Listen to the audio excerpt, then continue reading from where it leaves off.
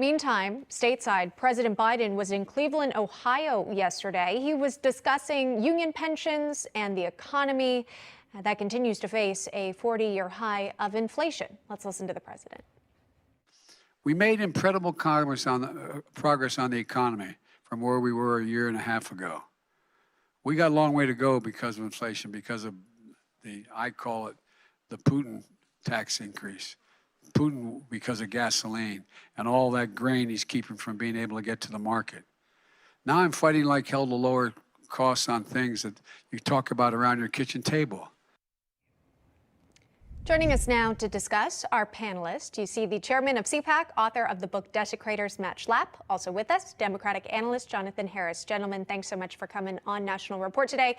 As we saw, the president was out and about. He left Washington, D.C., and he was in Cleveland talking about the state of the economy and also those worker pensions as well.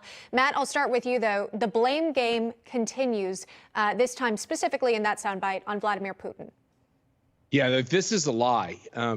We have high gas prices in America because the Green New Deal, which Joe Biden supports, has as one of its goals raising the prices exponentially of gasoline and diesel and all fossil fuels so that the American people won't use so much of fossil fuels and they will switch to renewables. This is their stated policy goal. The run-up to gas prices started to happen when Joe Biden started to cancel all these domestic energy programs. The Keystone XL pipeline is just one example. It would have been done by the end of the year. It was 50% done when Joe Biden came into office, and it would have replaced all the fossil fuel products we import from Russia. So when you cancel these programs, it has a huge impact. Jonathan Harris, do you think that strategy is working? We always talk about messaging. I know you bring it up here.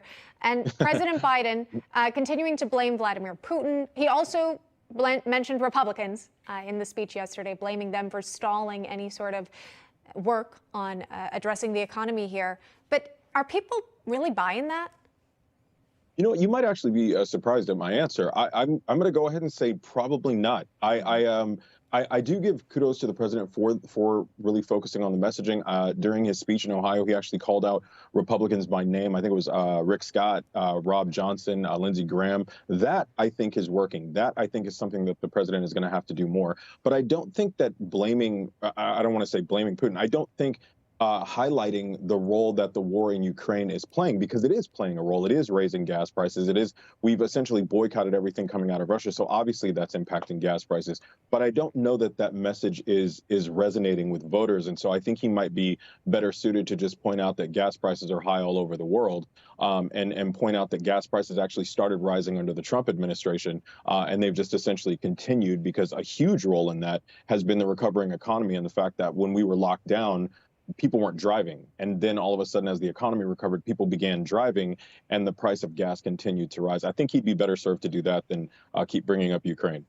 What about, Matt, from a strength perspective as well? It almost looks like you're passing the buck, right? He has no control over it. It's all Vladimir Putin's fault.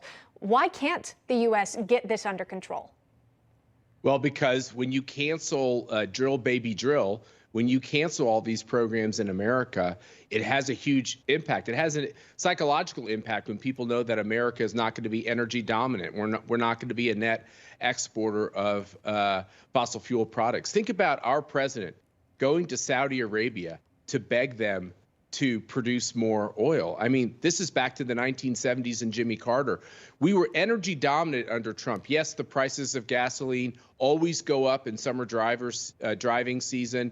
Yes, there are a lot of things that contribute to these prices. I'm not going to deny that the war in Ukraine hasn't had an impact, but the number one driver to increased gasoline and diesel prices in America is the fact that this administration, as is its stated policy, the desire to end fossil fuels. When they say that we're going to have zero carbon emissions, right, in the next couple of decades, what they're saying is 100% of our economy will be renewables. This is a fantasy. This is outrageously expensive. It's actually a lie, and we have to stop the Green New Deal right now.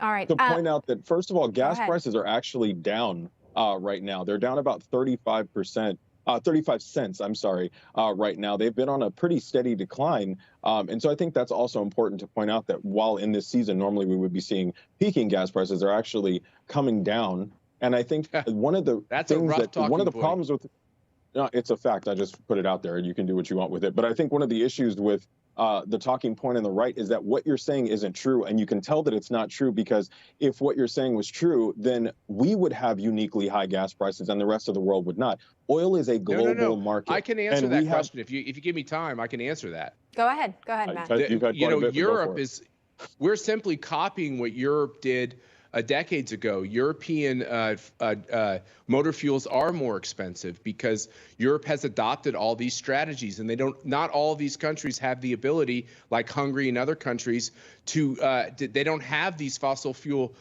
treasures in the ground like we have here. America is uniquely situated to dominate energy markets if we're willing to drill and to explore. So that is what the Biden administration doesn't want. So our motor fuel prices are now mirroring European motor fuel prices. Okay, we're going to leave that there. I wanted to get your guys' take on this. Some people who were notably absent from the president's speech in Cleveland yesterday. Democratic candidates, two of them, top ones.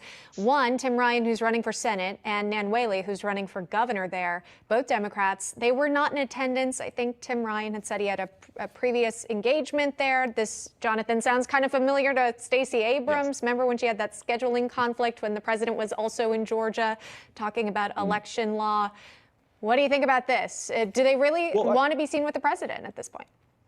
Well, I mean, look, I think President Biden's approval rating right now, I think it's like 42% with Gallup. I mean, Trump's was 34% when he was fired as president. And I think that there were people who still wanted to campaign with him. I think that more importantly, what Biden wanted to do is highlight that he was in Ohio to point out that people's pensions were becoming insolvent due to the 2008 financial crisis, and that due to the American Rescue Plan that he passed, that he signed into law, that has helped fix the problem with these pensions for the next 30 years. I think he wanted to keep the focus on that and not divert attention making this about midterms or anything like that.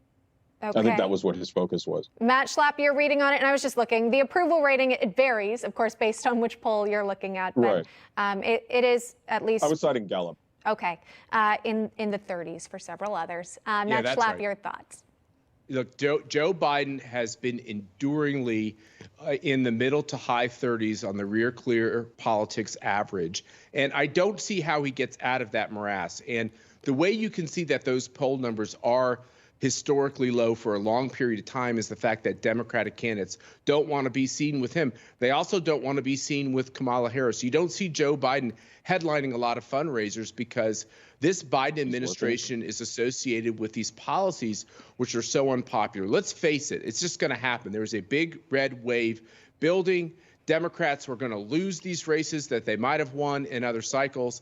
And then the question is, what do Republicans do with these majorities they're going to have? What do they do with that power? They better do the right thing this time. Trump's lower approval rating? And that doesn't really make sense. All right. We'll just have to wait and see what happens in November. We'll see if those approval ratings actually pair out with voters. All right. Matt Schlapp, Jonathan Harris, always appreciate the discussion. Thank you guys so much. Thanks. New hour of National Report starts right after this break.